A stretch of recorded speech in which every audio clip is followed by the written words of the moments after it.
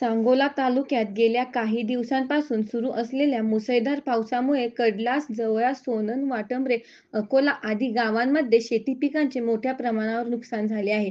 या अतिवृष्टीमुळे शेतकऱ्यांची पिके उद्ध्वस्त झाली असून घरांचे व रस्त्यांचेही मोठे नुकसान झाले आहे. या पार्श्वभूमीवर सांगोला तालुक्याचे आमदार डॉक्टर बाबासाहेब देशमुख यांनी स्वतः प्रत्येक गावाला भेट देऊन प्रत्यक्ष पाहणी केली.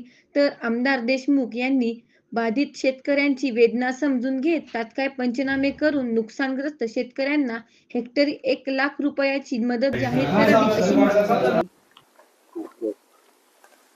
सध्या परिस्थितीत आता आपण नाझरा, सरगरवाडी, झापाजीवाडी, उदनवाडी या भागातला आता आपण दौरा केलेला आहे. या भागात डाळिंबाच्या पिकाचं खूप मोठं नुकसान झालेलं आहे. आपण ज्या ठिकाणी उभारलेलं त्या बाजूलाच ओढा आहे. तो ओढा फुटून सर्व पाणी हे बागांमध्ये आलेलं आहे.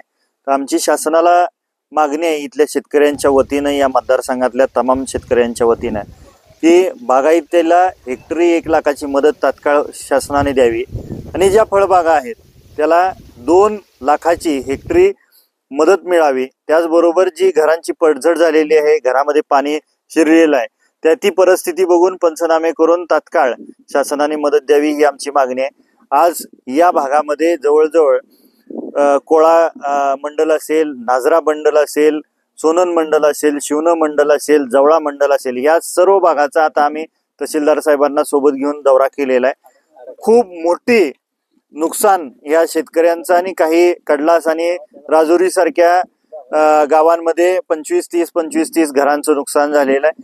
निश्चितपणे शासन स्तरावरती प्रशासकीय अधिकारी म्हणून तहसीलदार साहेब पंचनामे करतील. कृषी मंत्र्यांना मगाशी फोनवरनं संपर्क साधलेला आहे. जयाभाऊंशी पालकमंत्री आहेत, त्यांच्याशी संपर्कात आहोत. जयाभाऊंनी CM साहेबांना फोन केलेला आहे. अशा पद्धतीने तात्काळ लवकरात लवकर या तालुक्यातल्या ग्रामीण भागातल्या गोरगरीब शेतकऱ्यांना शासन मदत करेल अशी अपेक्षा आहे. आणि आमची जी मागणी आहे 1,00,000 आणि 2,00,000ची, ती तात्काळ शासनाने मंजुरी द्यावी एवढी विनंती आपल्या माध्यमातून.